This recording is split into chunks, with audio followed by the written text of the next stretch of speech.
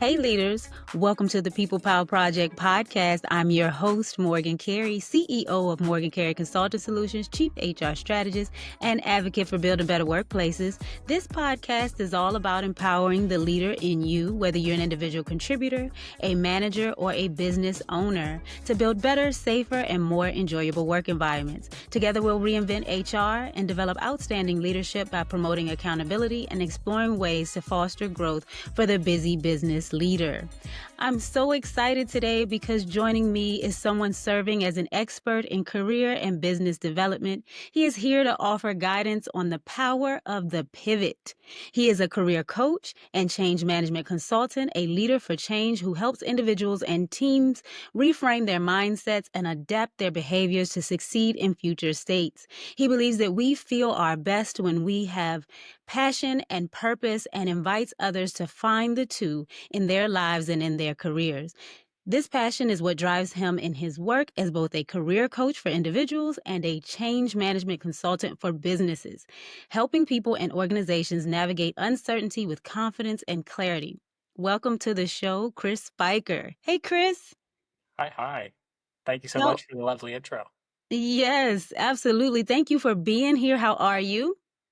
I am doing well. It's been a good. I'm so glad to have you. Today, we're conversation, Pivot Like a Pro, and discussing the power of the pivot and what it means to reinvent yourself in leadership.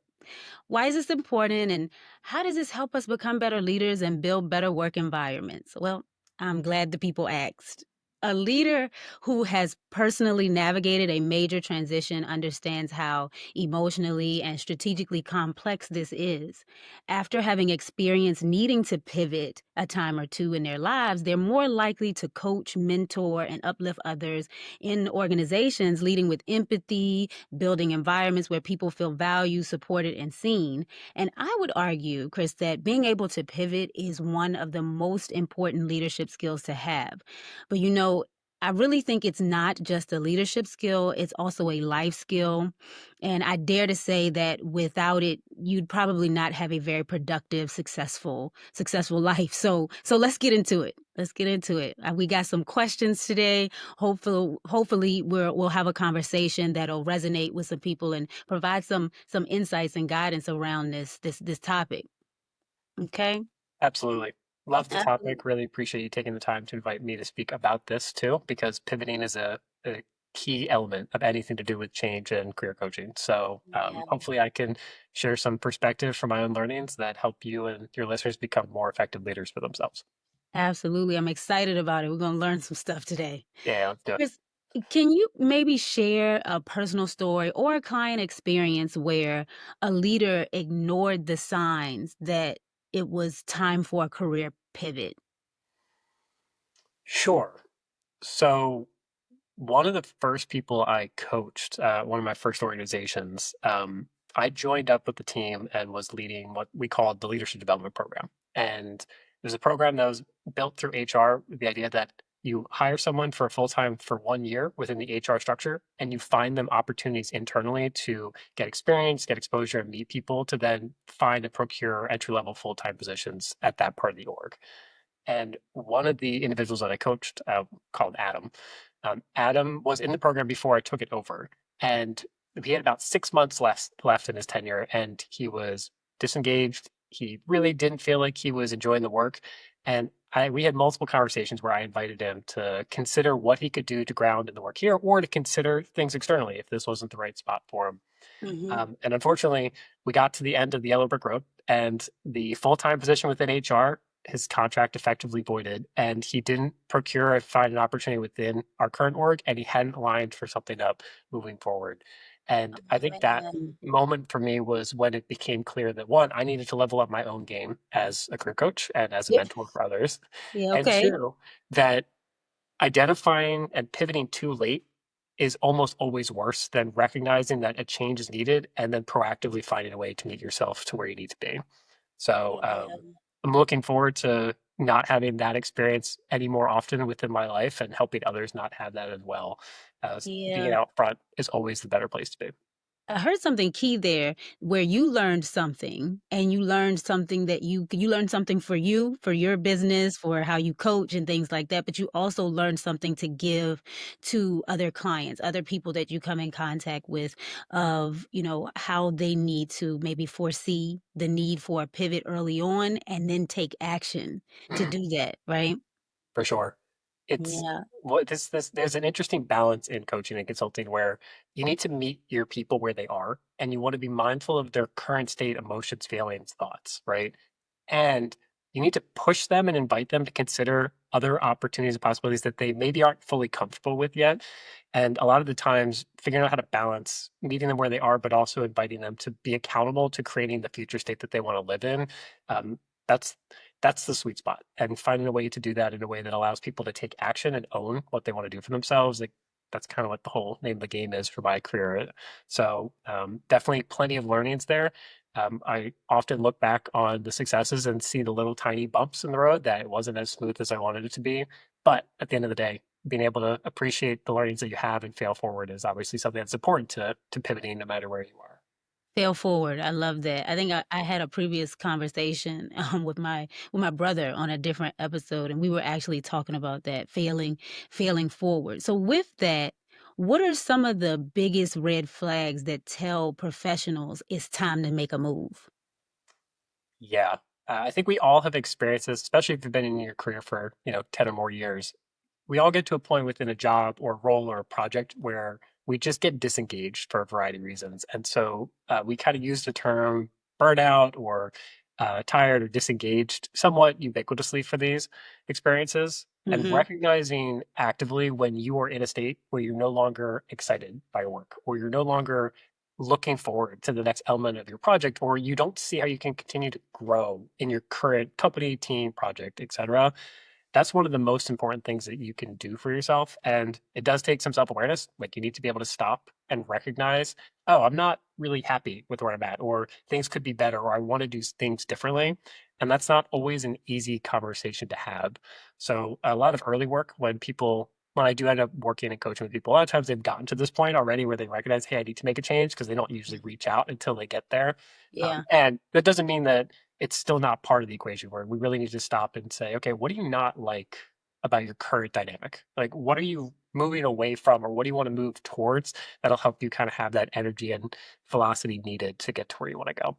Yeah, what do you wanna move towards? Do you find that having people look into the future a little bit more is what helps them more comfortable with the pivot, or do you see it do any good at all?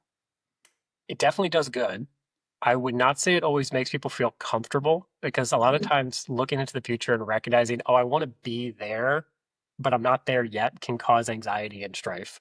Yeah. However, it's a really important part of career planning and development, right? Like you need to strategize and envision where you want to go to be intentional about the steps and the plans that you create to get yourself there. So uh, feelings come and go. They're in any Yeah. given moment, so we try not to ground too much in them. We recognize we appreciate them, and we say thank you for your service, but we focus on the things that we can do and take action on to get to where we want to go. So Yeah. not always easy, but definitely something we have to consider. I like that, Chris. You said, "Thank you for your service to the feelings." Yeah, I love that. I think I'm gonna use it. I mean, because great. sometimes you're right, feelings come and go. We do things sometimes because we feel like it, or we don't do it because we don't feel like it, or, just some negative feelings maybe navigating us sometimes, but if we say to the feelings, "Thank you for your service, but you you have no place here right now. I need to get on with the program." I think that might help, you know? For sure. Yeah, I like to always talk about as well, like how people can learn from experiences, not just their own experience, but the experiences of others. And you were just talking about that Adam. We're going to call him Adam. You were just talking about Adam, and you said Adam pivoted too late or realized that he needed to pivot too late, and maybe he regretted it, maybe not. I don't know, but have you ever seen someone pivot too late and regret it? And what do you think listeners can learn from that experience? That's a great follow-up question. I don't think you can ever pivot too late. Okay. I think pivoting and the idea that you need to make a change to get to a desired future state is like at the core of career development and change management, right? So ultimately, making that change and committing to taking on the new venture or expedition in your life is always important and always has validity to it. I Yeah. think when people have regrets or changes about it, it's usually a, I wish I had done this sooner, or because I didn't do this sooner, I missed out on XYZ. And similar to the thank you for the service to the feelings comment earlier, it applies here too, right? Like Yeah. that stuff only serves and helps you in order to help form perspective to take action and choose a career path or take on a project that stretches you in a way that is important in that moment. So no, I would not say that I've met anyone who after having gone through a change or transformation really regretted it, but that doesn't mean there isn't undertones of I wish I had or I could have done this better. But in all in all reality, change is hard for people. Yeah. We struggle with that as a concept, and it's safe and secure to stay with what you know.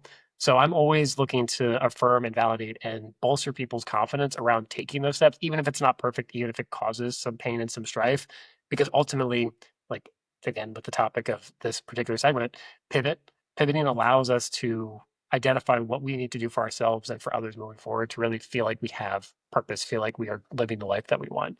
So, yes, but there's a asterisk to it. Yeah.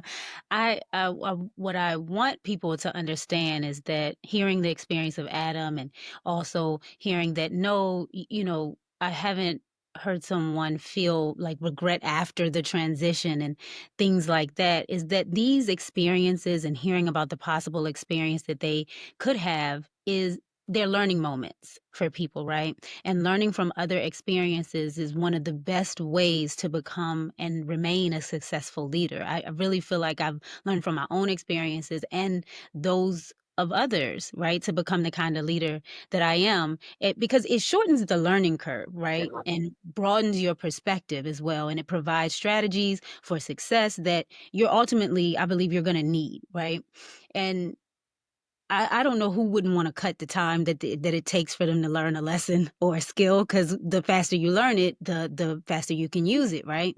So, the faster you can learn a skill or lesson or gain strategic advantage without having to reinvent the wheel. That's what learning from people's experiences will do for us.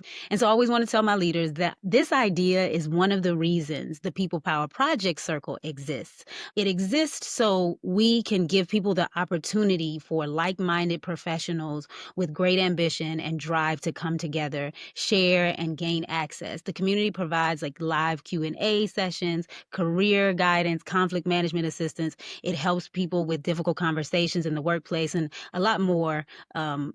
But success doesn't happen in isolation. We learn from others. It helps accelerate our growth if we can learn from others, helps to navigate challenges wisely, helps us to navigate the challenges wisely, and equips us with the tools to create our own success. I want my listeners to remember that it is easy to join the People Power Project Circle today. All you have to do is go to morgancareyconsultant.com, click the offerings, and then use the link to join the circle for free. There are paid options that'll get you more access. It is free to join the community. Join and get all the things that we talked about. Just join the community. Alrighty. So I want to talk about fear a little bit and how fear may hold the leader back. Can you tell us about a time when you worked with someone who was terrified to make a change? How did they overcome it? Yeah, sure. So back in 2022, I was working with someone who was, by all objective metrics, extremely successful at this stage of their career. They were about 7, 8 years into doing their own consulting practice, and had been brought onto an organization in a full time capacity. And their ability to navigate the work, to build meaningful relationships, and to deliver outstanding results put them on a fast track where they got multiple promotions in very quick order. However, they were terrified to continue on the track because the work and the consulting that they were doing wasn't actually what was calling and something that they were passionate about. They Mm, were particularly passionate about other areas of like training, facilitation, and they were focused more at that time on culture and engagement. And so one of the things that this person was really worried about was I've made all these great accomplishments. I have this great connection, these great communities, and I make a lot of money for what I do. And if I'm going to pivot and I'm going to move away from this, does that mean that I have to give up on the accomplishments that I've had to date? Or am I going to take a significant step back, whether it's compensation or with leadership or autonomy, in order to focus on the things that I want? Um, Mm. and I will, to her credit, not because of our coaching and our conversations, but a year or two after, she was ultimately able to recognize the value for herself in order to make that change. And it definitely came at a personal cost. There was a terror and a fear underlying her decision to leave that she had to come to terms with before she was able to take that step. And ultimately, I think when she and I debriefed after she had made the decision to join a different team and a different organization, what helped her is that, again, she saw that future orientation. She said, you know what? As much as I love culture and engagement, this isn't the place for me. This isn't where I want to be focusing. I want to be designing trainings. I want to be leading teams to upscale their capabilities in areas that I see are important, and that's worth taking a jump and moving away from something that is safe, secure, that I know that I'm competent and capable of, but is not ultimately what I want to do in the long run.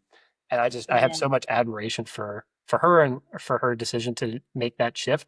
And again, another story to hopefully highlight for people, like, this isn't always easy work. Sometimes you have to make tough choices of letting Yeah. go of things that you really care about or things that make you feel safe and secure. But the end result or the end places that we get are almost always worth it, because Right. we're Yeah. basically telling ourselves there's something not in my current work, my current state, that is not fulfilling me, and there's something that I want to replace it and fill that hole with. So, Absolutely. I love that story. It kind of reminds me a little bit of how I got into human resources because I didn't start out in human resources. I went to school to be a teacher. My life is like a bunch of pivots, but I think everybody's life is full of pivots, whether they know it or not. It's just having the ability to do it and execute it well may make or break how things turn out. And so we don't always do it the best way, but it's just this idea of realizing what the reward that I'm gonna get on this other side, is it worth this change that I want to make? Because there's gonna be some losses with a change. So you just got to I feel like it's one of those things where you gotta look towards that end result and say, "Is this what I'm going to, is it worth it?" And if it is, then you just gotta buckle down and you have to do it. Because what I wish I could get people to do is actually use the fear to drive them in the right mhm, direction instead yeah, of stopping them. Because like I said, I can remember the fear of feeling like I was gonna get stuck in my current role or my current industry that I was in. I used to work in banking and mortgage after going to school to be a teacher. So I went to school to be a teacher. I wound up in banking and mortgage. I didn't want to stay in banking and mortgage, so I decided to do something different. But the same thing happened to me in regard to teaching. I was afraid that I was going to get stuck doing something in life that was not fulfilling for me. So I changed it. And I can remember driving from Richmond to Tappahannock. It's a little over an hour or so away every single day, one way, so that I'd have to drive an hour and something back and to teach school at middle and high school Spanish. And I love language. I think just a little sidebar, I think the US does this wrong. I think we teach kids language after the time that they have are a sponge. We start learning in middle and high school something that I think we should learn when we're kids, like babies. And so I got into teaching Spanish, and but the kids at that age, they weren't interested in learning, and the parents just wanted me to hand them good grades because they knew the kids weren't interested in learning and they can't help them when they get home. I understand the problem. I really love teaching Spanish. I was passionate about it, why the kids should learn it and all of those things. But I felt that that passion was being destroyed just by teaching it in this way because I didn't agree. Like the kids needed to learn earlier. And so I felt like my passion was being diminished. mhm, And let me tell you, that year I didn't even make it to Christmas break. So this was hard because it's very difficult to leave a teaching job in the middle of the year. I mean, I really don't think it's not smiled upon. Let's put it like right. that. You at least try to make it through the year, right? And you're leaving these kids in the middle of the year was it was a tough decision to make, but again, I felt like my passion was being diminished and I needed to do something different. So I worked from September to December.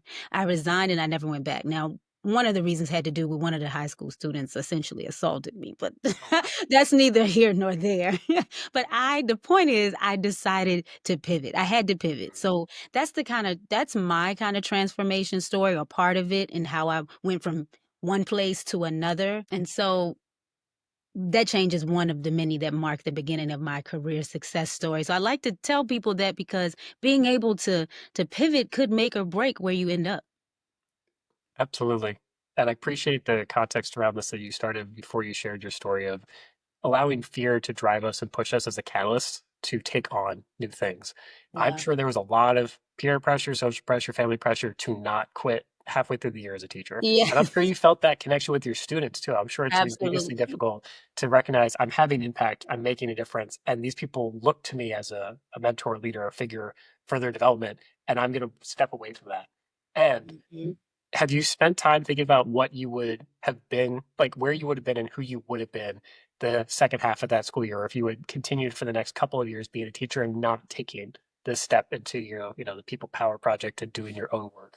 I love that question, Chris. I love it because it's reflective because it's like, did I make the right decision? Or, because sometimes when we make decisions, we pivot. The part that we don't always talk about is it might not feel great in the end. You might even be at the point that you thought you were going to be, but then you're like, man, I did leave in the middle of the year. I did, like, start with these kids and didn't finish with them. And so I think being really reflective about what would have been different for my life now had I stayed is helpful when those moments come up to say, man, did I let them down? Because my heart is like, I didn't want to do that. Right. But at the same time, I have thought about if I didn't make that pivot, I might not even be here. And I love where I am now. I love that the job that I'm in now. I love that I get to come on here on the People Power Project podcast and have these conversations. And if I didn't make that one move, that might not be the case. So, Absolutely.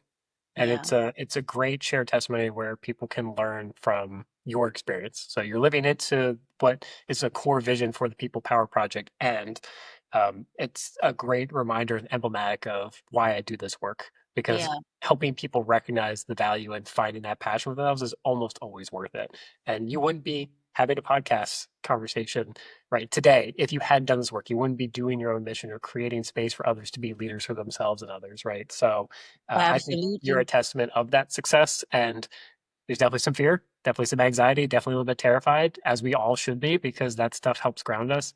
But use it as a catalyst to push yourself forward. Like I was running this morning, and it's been a minute since I ran. It's cold outside. I don't like to run when it's cold Did you outside. run this morning, Chris? You know I'm a runner. Did you Yes, know I did know. you know that? I don't know if we talked about this, but I love to run as well. It helps me clear my head. And as I was doing it, I got to a point where I haven't been out of shape. I haven't been running as much as I usually do. I started to get tired, and I was like, I kind of want to slow down and stop. I'm kind of getting a cramp. But instead, especially because I was sprinting to get ready for our podcast conversation, it's like, nope, I got to get home in time. So I pushed through it. And in the moment, it was painful. I was scared. I was like, it's been a minute since I do this. I might be out of shape. I don't want to hurt myself. But it ultimately got me to a place of mental clarity where I can be present and show up for now. So um, I appreciate that we can find those instances in every element of our life, whether it's some grand event like I'm going to start my own business or join the People Power Project, or Yeah. it's something simple like joining the People Power Project and Uh-huh. taking the time to go just a little bit further in your exercise routine. I love that. Look at me getting coaching from Chris on my podcast. Thank you so much. I do. And I love the reference you made for running because I often make that same reference that running is one of the reasons why I love running. Because running is a lot like life, right? You'll be in the middle of a run and you're like, man, I want to stop. Sure. This is hard. I can't breathe. I think I'm getting a cramp. Why am I out here? All of those things you're asking during your run, you ask on projects in life. Like your life gets hard and you're in the middle of this thing and you're like, I don't know if I'm gonna make it. But you keep pushing and before you know it, you're at the end and you're better after you finished. Yep. Running is just like that. I love it. Thanks for bringing that up. Of course. We should plan a run next time we meet up in person. That would be fun. Absolutely.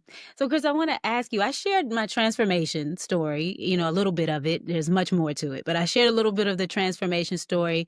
Can you share one where for yourself, or where someone went from stuck and uncertain to thriving in their new role, whether it was a leadership role, just a new job, anything? Sure. Um, So one of the people that I was coaching till about 3 or 4 months ago, he had started to take on more and more leadership roles within his team. So he was in a direct contributor role first 5, 6 years of his career, and he had done some great individual work, and that had invited leaders to see him as someone that they could trust to take on other projects and to lead his peer in certain spaces. Hmm. And one of the things that he ended up getting stuck on is after about 2 months into this 6 month project where he had a team of five that he was leading to execute on an HR initiative, he was getting really burnt out. He felt Mhm. stuck. He didn't know how to push forward. And he was starting to realize that what had gotten him to that point was not going to make him successful in this current project and moving forward for his future leadership capabilities. And so, which is how I often approach these spaces is I had a perspective, I had some advice I wanted to give, but often just sharing advice doesn't actually work and people don't want to receive it that way. So I just asked a lot of questions of like, all right, why is this happening to you now? Like, why do you feel stuck? Why is this project not working and executing the way that it has previously, knowing you've done similar work?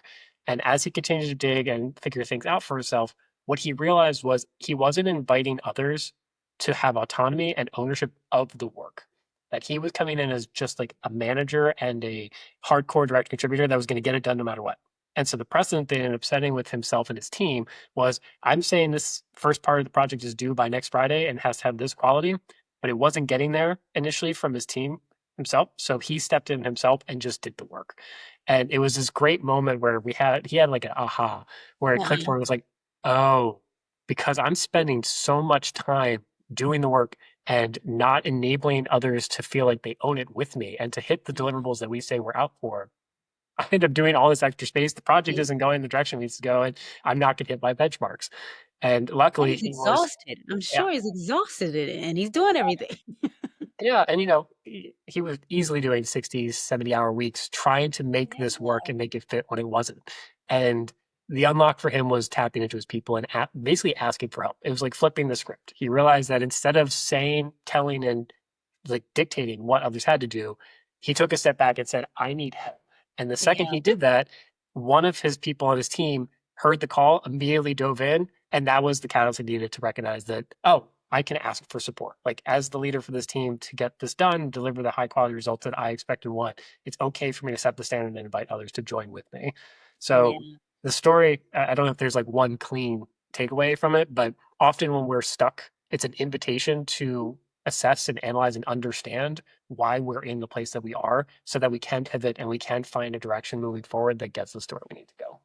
Yeah, and ask for support. I heard that. Ask for support. And that's one of the hardest things for leaders to do is to ask for support. I think we feel like as leaders we have to know it all. I don't know where this comes from. And I think that's probably a larger conversation, but like we have to know how to do it all. We have to have all the answers. And I guess it's just the ownership of whatever it is we're doing. But I don't know if that's the best way to take the ownership, to do it all and not to say, hey, I need your support. I think that's also a good trait for someone to learn as they're pivoting is that it's okay. You're in this pivot, but it's okay for the pivot to be to ask for help. Yeah. 100%. Yeah. I Yeah. think that's a big distinction for me within managers and leaders too. Like, I've had very effective managers and very effective leaders. And often the leaders are the ones that inspire me to learn from their mistakes and are vulnerable and honest about when something isn't working or Yeah. when they need help from others, right? Like, there's a really powerful dynamic when someone who's like a VP in your organization comes to you and says, hey, Chris, Morgan, I need your help. I Yeah. don't know how to handle this problem, or this thing is a challenge and we need to come through on the other side better for it. Can you help me figure out the direction? Because it just invites you to be part of the strategy and the direction that that leader is setting while also feeling like you have stake in the game. Yeah. So I am also not perfect at asking for help. I still struggle with that to this day. But I appreciate that there are plenty of examples where leaders can do that for themselves and others that invite me and others to do that too. Yeah, well, we're all a work in progress. The other thing that I heard was that asking questions instead of just giving advice. I heard that at the top of your example, and I think that that is so profound, so powerful because I also that's a lesson I also learned in my consulting business was that a lot of times as consultants and as a leader as well, I think that my job is to like, okay, let me give you this advice. I have to, because it exemplifies that I know what I'm doing. And who wants a consultant that doesn't know what they're doing, right? Nobody wants a consultant that doesn't know what they're doing, but it's not always the best way to just inundate someone with advice. I've learned that asking questions is one of the best ways because people can gauge by the type of questions that you ask that you know what you're doing. So, Chris, if there were three things someone should do when they realize they need to pivot, what would you say those three things are? Sure. First and foremost, you got to identify why. you're feeling this need.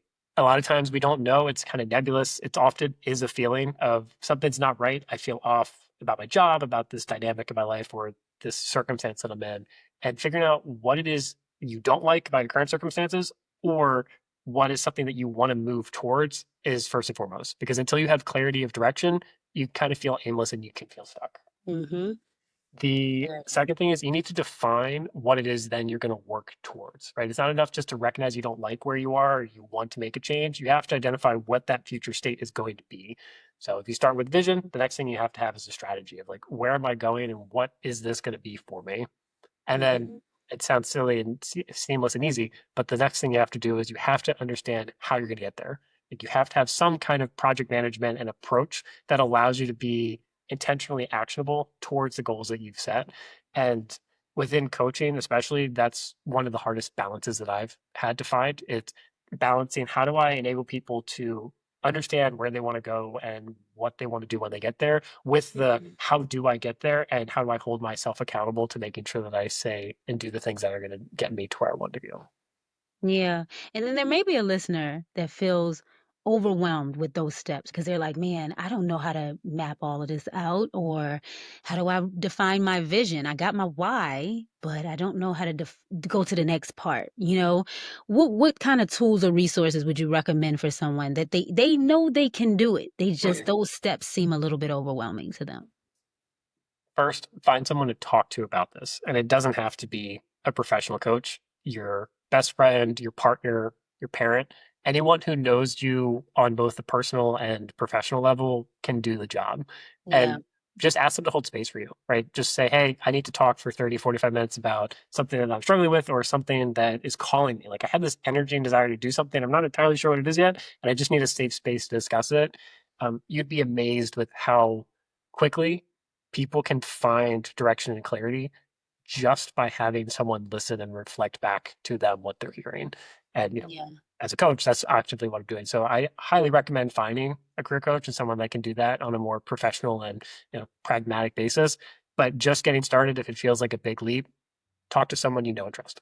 Yes. Leaders need support too. And if you're thinking about transitioning, pivoting, talking to someone close to you, someone you can trust is definitely recommended. So how can leaders, this is a big one. You kind of touched on it in one of your stories before, is feeling like you're starting over, right? So if someone is thinking about pivoting now, you got the steps, you got the 3 steps that you have here. How can leaders pivot without feeling like they're starting over or faking it till they make it?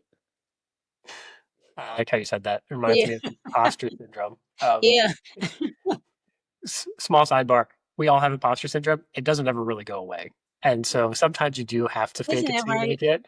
But I think recognizing, similar to thank you for your service feelings from earlier, you don't have to allow that momentary perception of yourself and your lack of capability or your lack of experience dictate how you show up to the project and the work at hand. Mhm. Um, I think one of the things that helps me recognize this the most is I've had a lot of good fortune and I've had some amazing leaders that I've had a chance to work for and to just see on the side as I've been part of larger teams.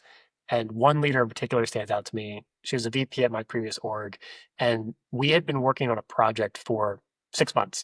It was a very detailed work back plans. It was very like it was a very high priority project by our executive team, and we got about 6 months down the road onto the 12-month project, and she had a conversation where she full stopped us and she said, hey, what we're working towards isn't working and it's not going to get us to where we want to go. And she recognized and accepted the fact, like, I have taken us too far down a path that is not sufficient to where I need our team to get to. Mm. And for that reason, we're going to take some step back. We're going to let go of work that I know you've all put a lot of energy and effort into. And it's going to be for the betterment of the direction that we're going and help us better execute. And in that moment, I had chills and shivers. I was like, oh, I've completely bought in and is so appreciative of the vulnerability and the transparency that she Yeah. shared. And what you know it, 6 months later, we ended up delivering on the expectations for that project at a way better rate and higher quality than we would have been able to if we had stayed on the current path. So a lot of times being willing to pivot means you have to accept the fact that you made mistakes or you have to fail forward or that what's going on right now is not going to serve you and the team moving forward. And I don't think that's a bad thing. I think being able to acknowledge that and being willing to own it is important. Just make sure that as a leader, you're really clear where you're going next, because if you're constantly pivoting, that's obviously a problem, but pivoting with intention is a great thing. Pivoting with intention, I love that, and being able to be vulnerable and say, "You know what? This isn't where we should be going, and I'm the reason why we're here, so let me be the reason why we get out of this." Understanding that, thinking, being able to process and think in that way, and then execute in that way is wonderful, and I think it probably made you feel like she was masterful in her approach. Absolutely.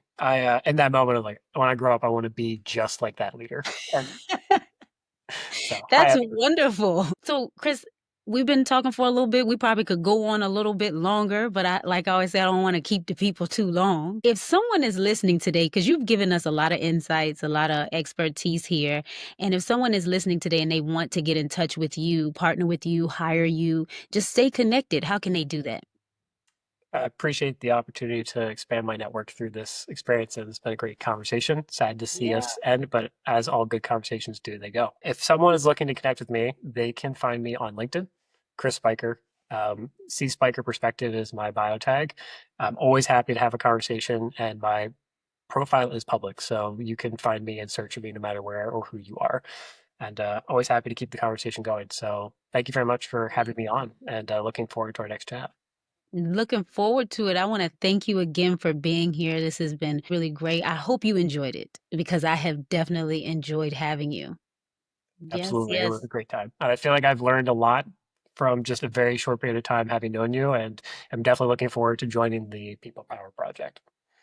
The most successful leaders aren't the ones who resist change. They're the ones who embrace it. Knowing when to pivot, overcoming the fear of change, and taking ownership of your career reinvention are all a part of the journey to becoming a stronger, more impactful leader.